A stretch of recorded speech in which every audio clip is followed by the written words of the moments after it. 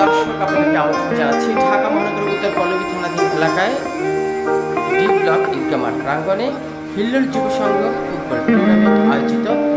আজকে ফাইনাল খেলা দেখার জন্য আমাদের এই টিম ম্যানেজমেন্টে যিনি আছেন ইসাক শিপন শেখ, 2 নং ward BNP joint secretary Akil Ahmed আছেন এবং আরও অন্যান্য গণ্যমান্য নেতৃবৃন্দ।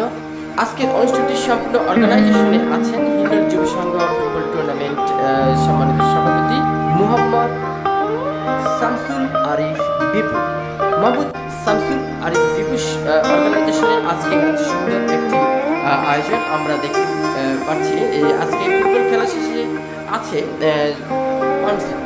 প্রিয় দর্শক, থাকবেন অনুষ্ঠান জুড়ে আমাদের সাথে। আমি ছিলাম আপনাদের সাথে সম্রাট, রিপোর্টার MCBTV।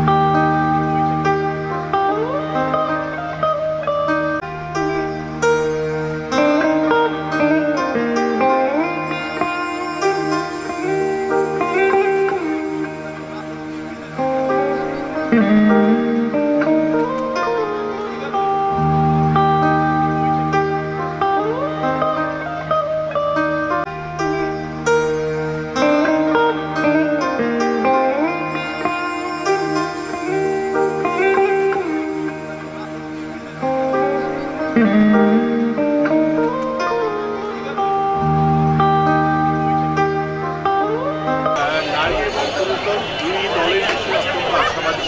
আমরা মনে করি যে আমাদের নারীরা অনেক এগিয়েছে, এই জন্য তাদের প্রতি শুভকামনা এবং তাদের প্রতি সার্বিক সহযোগিতা সবসময় থাকবে। পাশাপাশি আমাদের পুরুষ দল, আমাদের হামজা চৌধুরী, আমাদের জামাল ভুইয়া, সামির অনেক বাংলাদেশি বংশোদ্ভূত যারা বিদেশে অবস্থান করছে তাদেরকে এনে বাংলাদেশ ফুটবল দলকে চেষ্টা করছে শক্তিশালী করার জন্য। আমরা রাতারাতি কখনো কোনো ভালো কিছু অর্জন করতে পারবো না, বাট আমরা প্রত্যাশার জায়গাটা আমাদের তৈরি হয়েছে যে আমরা ভবিষ্যতে আমাদের পুরুষ ফুটবল দল যেভাবে আমাদের নারী ফুটবল দল এগিয়ে যাচ্ছে, পাশাপাশি আমরা আশা করি যে আমাদের পুরুষ ফুটবল দলও অনেক দূর এগিয়ে যাবে।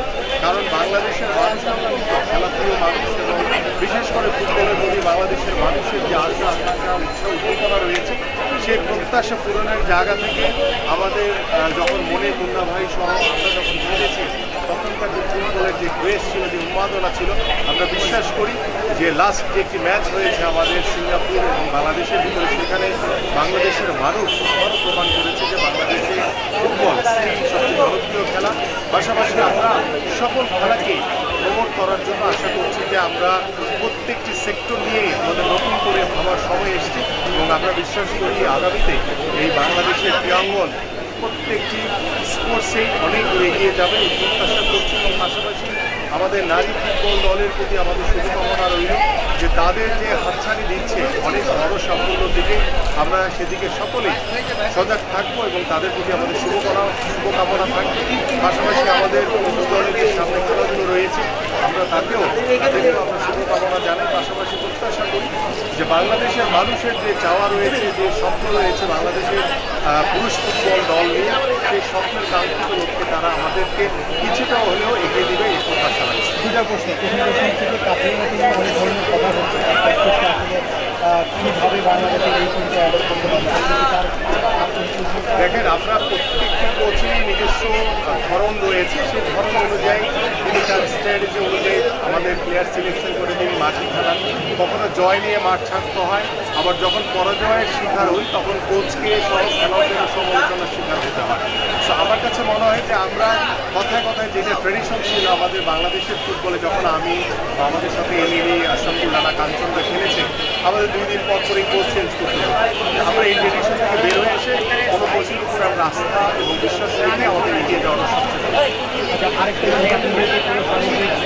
বলছেন, বাট আপনার যেহেতু ফুটবলের একটা আলাদা সত্তা আছে, এই জিনিসটা জানতেই সামনে লিগ শুরু হচ্ছে। এবারে লিগের কিছু নতুন নিয়মকানুন হয়েছে, দক্ষিণ এশিয়ার ফুটবলাররা লোকাল ফুটবলার হিসাবে খেলবেন, বিষয়টাকে কীভাবে দেখেন?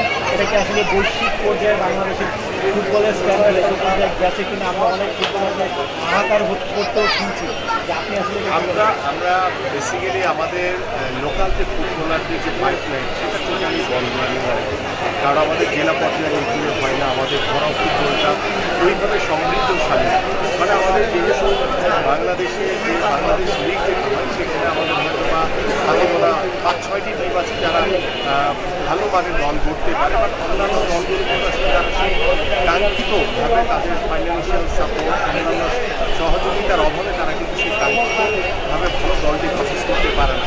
সেই জায়গাতে আমরা যখন সাউথ এশিয়ান কথা বলছি আজকে হিল্লোল যুব সংঘ আয়োজিত যে ফাইনাল খেলা আজকে যে খেলায় পার্টিসিপেটে আছেন ইসাক শিপন, একটু আপনার খেলা সম্পর্কে একটু জানতে চাই প্লিজ। আলহামদুলিল্লাহ ভালো খেলা হয়েছে, খেলায় তো জয় পরাজয় আছে।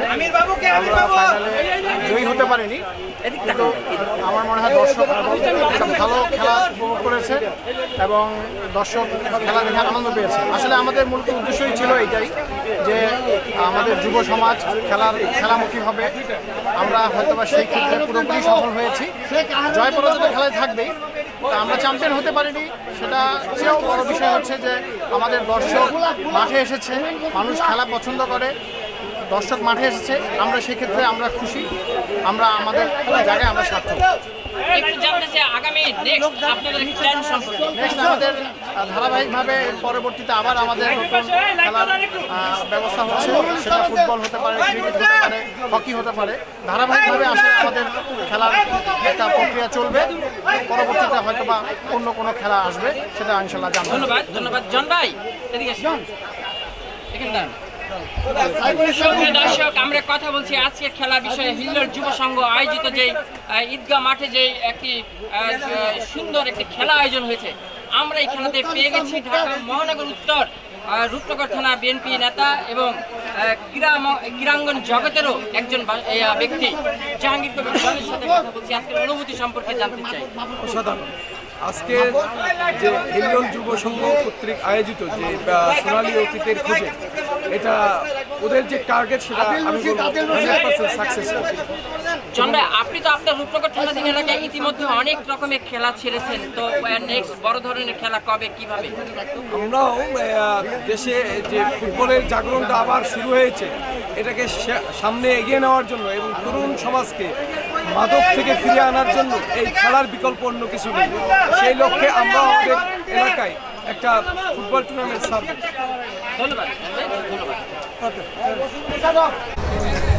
সুপ্রিয় দর্শক, আমরা কথা বলছি হিল্লোল যুব সংঘ আয়োজিত আজকে ফাইনাল খেলা শহীদবাগ টিমের বিষয়ে আজকে জানবো 2 নং ward BNP joint secretary Akil আহমেদের কাছ থেকে। আজকে আপনাদের খেলা সম্পর্কে একটু জানতে চাই। বিসমিল্লাহির রহমানির রহিম। আসলে শহীদবাগ এই যে টিমটা আমাদেরকে প্রথম থেকে এই শেষ পর্যন্ত যে সারপ্রাইজটা দিছে খেলা, যে সারপ্রাইজটা দিছে ধন্যবাদ জানাই এবং তার পাশাপাশি হিল্লোল ক্লাবকে ধন্যবাদ জানাই যে এত সুন্দরভাবে তারা যে উদ্যোগটা নিয়ে এই ফিনিশিং পর্যন্ত প্রথম থেকে শেষ পর্যন্ত ভালো একটা ফিনিশিং দিতে পারতেছে, তাকে একটু স্যালুট দিতে হয় আমার হিল্লোলকে। আর একটি কথা বলতে চাই যে এখানে এই হেল্প আমাদের এই পুরা প্রোগ্রামটাকে সহযোগিতা A to Z আমিনুল ভাই যে কী পরিমাণ আমাদের সহযোগিতা করতেছেন, বুদ্ধি পরামর্শ দিয়ে, অর্থের দিক থেকে দিয়ে সহযোগিতা যে কী পরিমাণ করতেছেন এটা বলে বোঝাতে পারবো না। আলহামদুলিল্লাহ আমরা খুব শুকরিয়া আদায় করি যে আমিনুল ভাই আমাদেরকে কীভাবে বা উৎসাহিত করে রাখছেন, যে চাঙ্গা করতে আমাদেরকে রাখছেন যে অকল্পনীয়, যা কেউ চিন্তাই করতে পারবে না। ধন্যবাদ ধন্যবাদ আপনাকে। প্রিয় দর্শক, কথা বলছি হিল্লোল আজকে হিল্লোল পলিটিক্যাল না হিল্লোল ভাই না